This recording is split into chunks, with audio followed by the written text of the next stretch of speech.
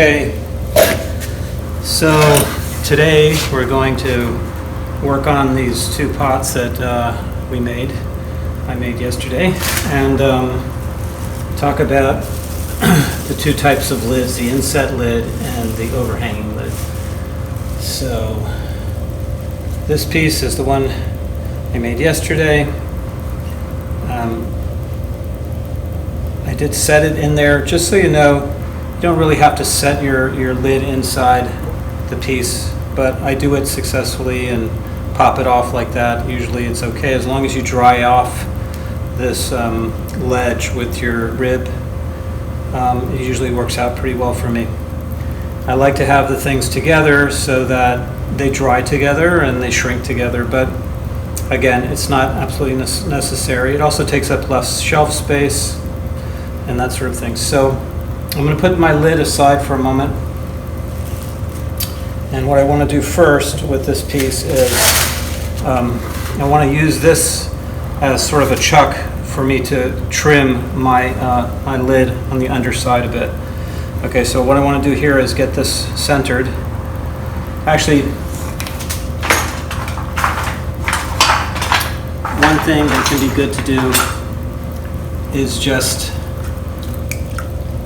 the bottom of your pot, to help kind of stick it down.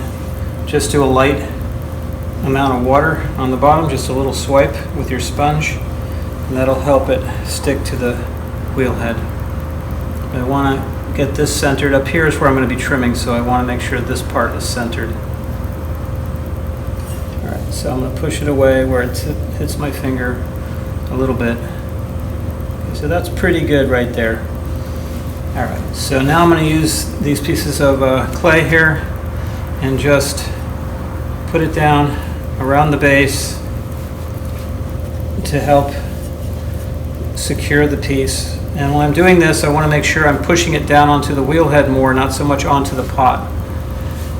I don't want a lot of clay sticking to my pot, so I'm just going to do like this to secure it. Alright, then I'm going to take my lid, I'm going to drop it down in here, upside down like that. Okay.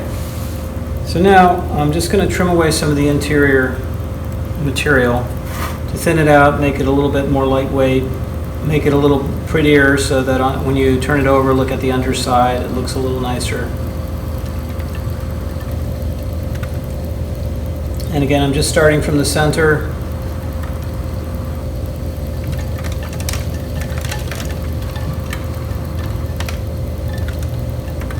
The lid might pop around a bit inside the thing if it's not an absolutely perfect fit, so it may shift around a bit.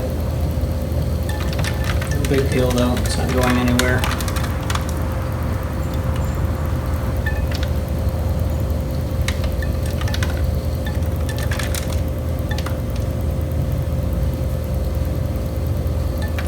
It's thicker right there in the middle than on the edges. So I'm going to go down a little bit deeper there, kind of make a little bowl shape.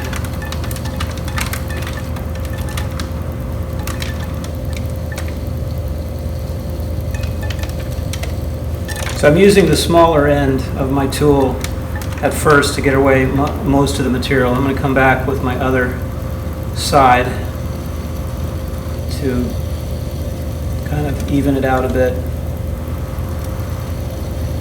When I use that little end like that, it doesn't put as much stress on the clay, so I like it better that way. I don't want to stress the clay out too much. I'm just going to smooth that out a little bit.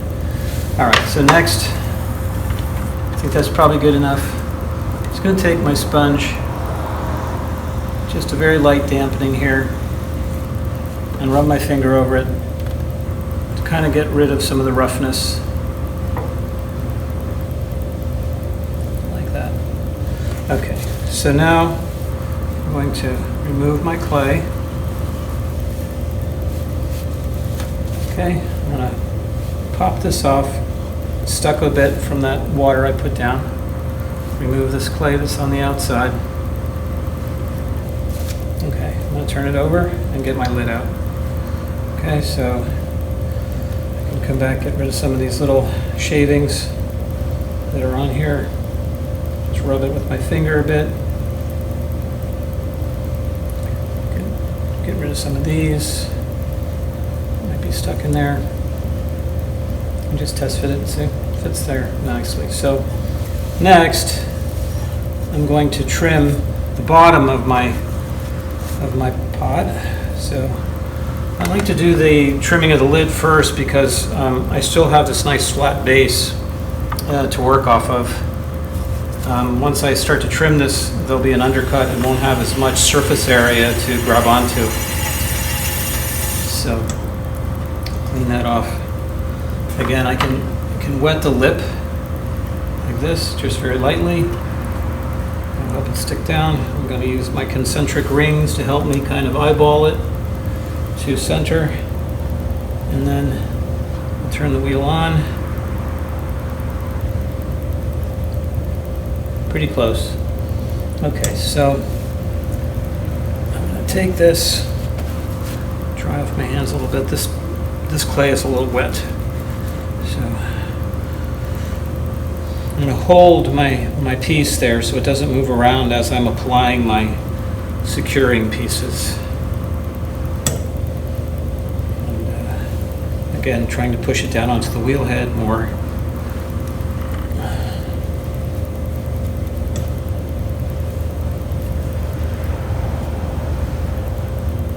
Okay, like that. All right. So now here, I want to get my outside established first of where do I want the foot ring to be. I think I'm going to bring it in a little bit. And then again, I'm using the smaller end of my tool to take away most of the material.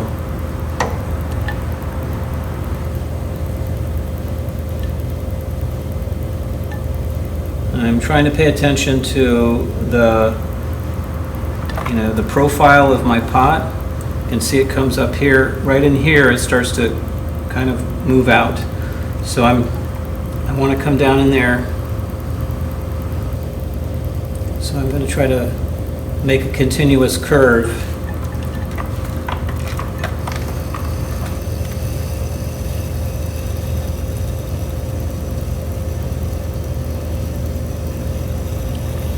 So it has a nice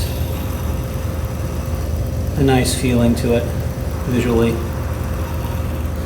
And you'll notice that where I'm trimming, the textural quality in this clay especially will be different. This clay has grog in it, which is a fired clay that's ground up, so those particles kind of pull to the surface and can leave this kind of a different texture or a different surface from the thrown surface. So I can come back and fix that up later if I don't like that. Sometimes I like to use that as a differentiation. I'm going to come up in here and put a little 45-degree angle on there. Define this a little bit more. Like that. All right, so I think that's pretty good as far as the outside. I'm going to come in here now, determine how wide of a foot do I want on there. Okay, and I'm going to come to my center. And I'm always working on the side that's going away from me. These tools are designed to cut in that direction. If I'm over here, the tool's not cutting properly and the clay is coming towards me and it's going to jam. So try to always work on the side that's going away from you.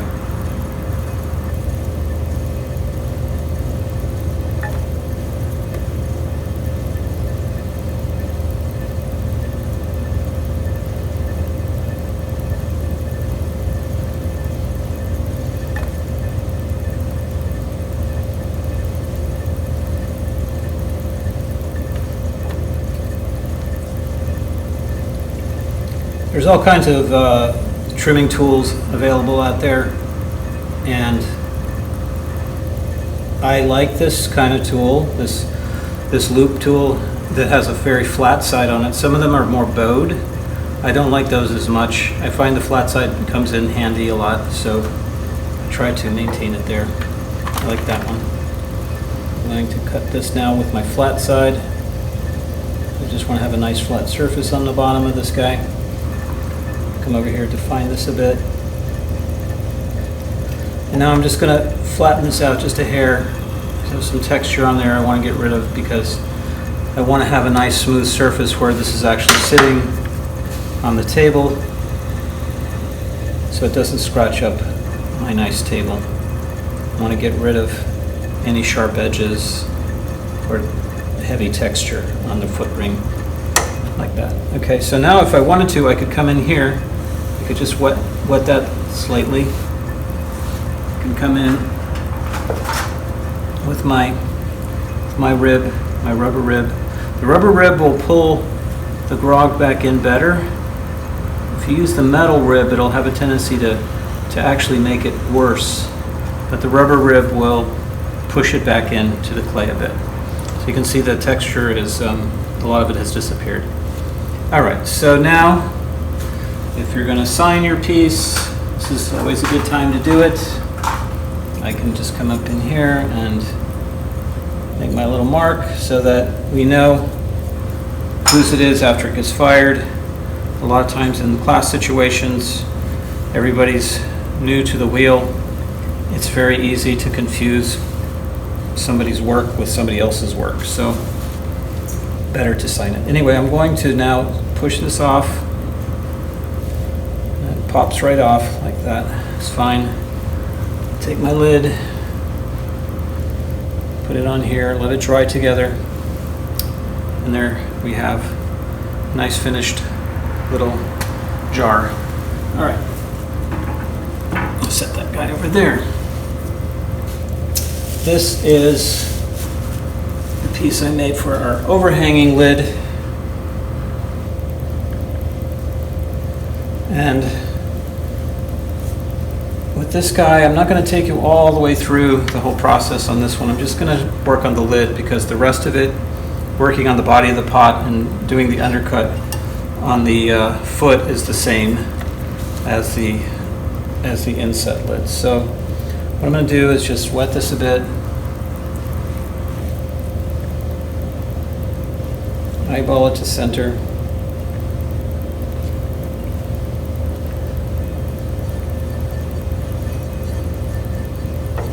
Wherever it hits my finger like that, I'm going to push away 90 degrees like that.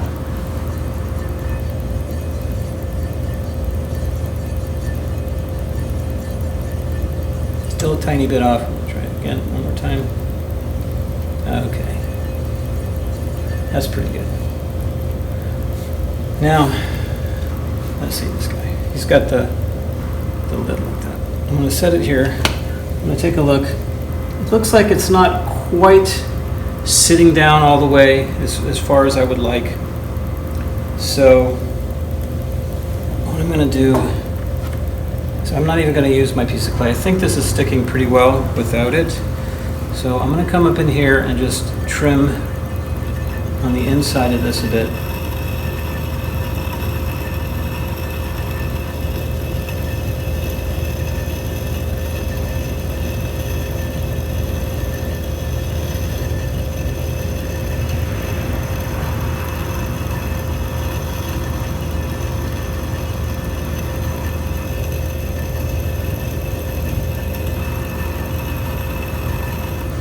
Try to get my fit a little bit better.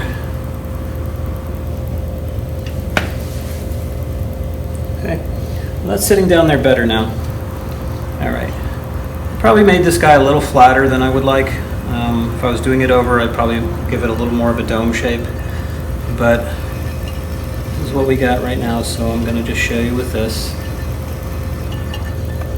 I can start with my little end.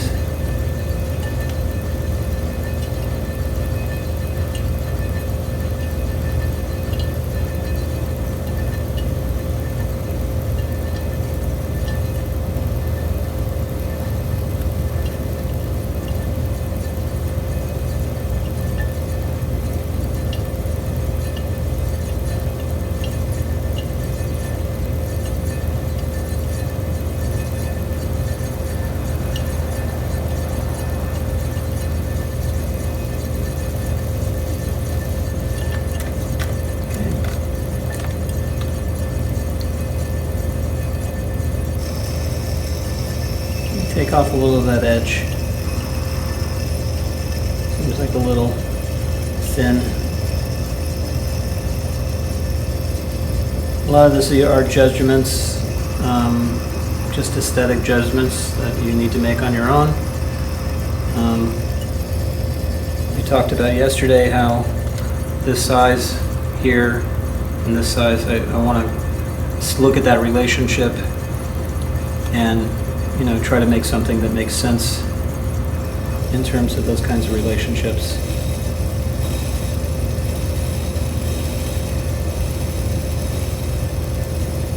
Okay, I'm going to leave that kind of undercut for my wire on there, like that. And I'm going to come back here and just wet this edge, like that.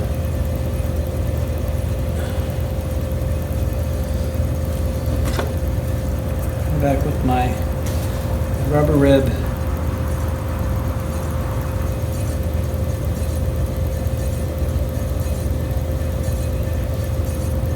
Use my finger maybe, round that over a bit. Okay, so I think we're pretty good there. I like that pattern. A lot of breaking glazes will pick up the edges, these raised edges, and so I'm happy with leaving those there. I'm gonna just pull this off so you can see the inside. This sits down into the piece like that. Keeps it very secure. Doesn't wiggle. All right, so that's it for assignment 4, lidded jars. And with these 3 videos, you should have enough information to, if you get a chance ever, to sit at a wheel and practice. You hopefully will be able to follow these instructions. Okay, thanks.